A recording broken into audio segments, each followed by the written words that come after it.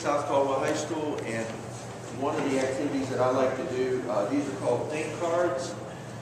And Britt and I went to an associate's conference in Greensboro a couple years ago, and we learned about this.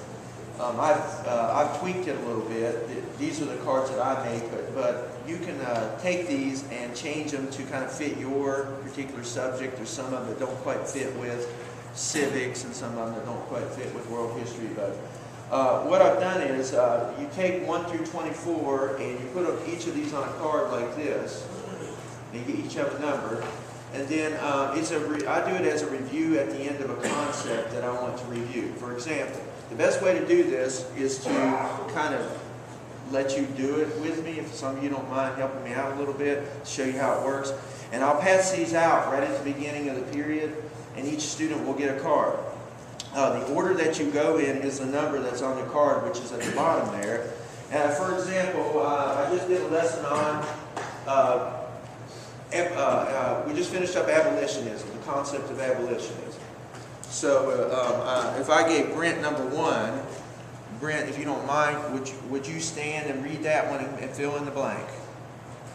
Abolitionism grew out of or developed due to people's beliefs about slavery or not.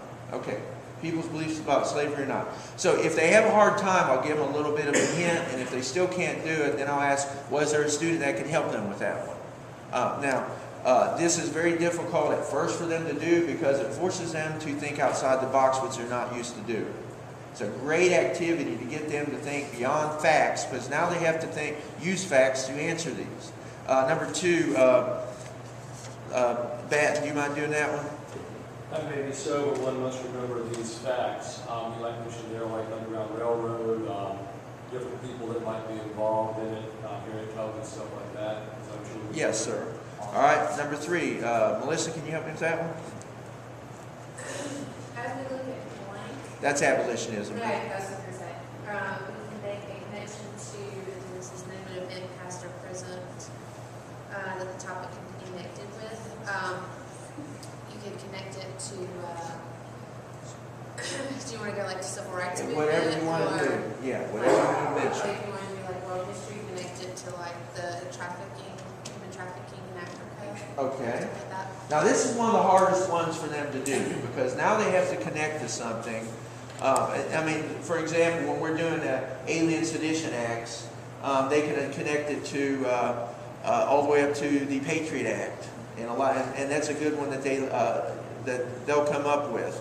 Number 4, Shelby, do you want to do that one? Before you do that, when you Yeah. say because, is that just where they're going to explain? That's where they're going to explain it. Yeah. Okay.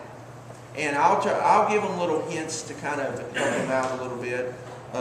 Shelby, you mind doing that next one?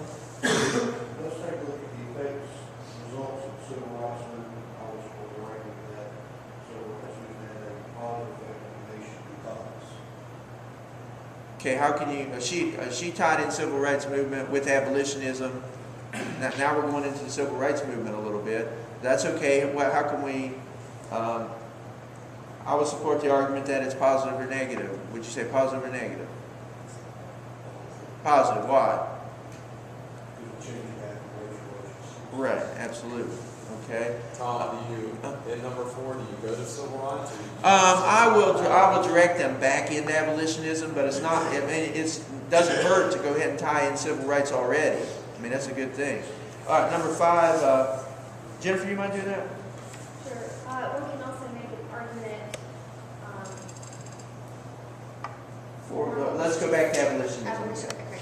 We can also make an argument for abolition because it eventually leads to the end of slavery. End of slavery. Okay, good.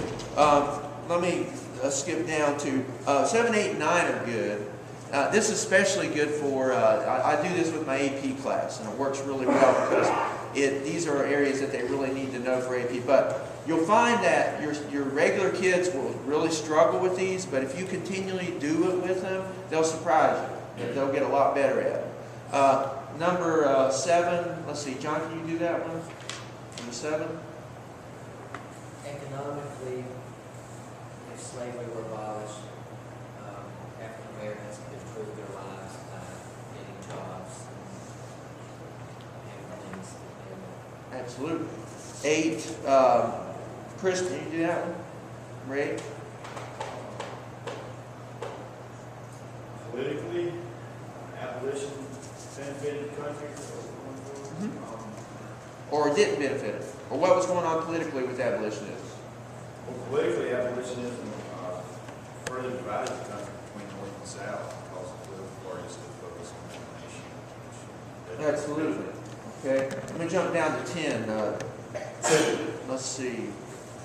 10, I don't care. Someone help with that, Matt?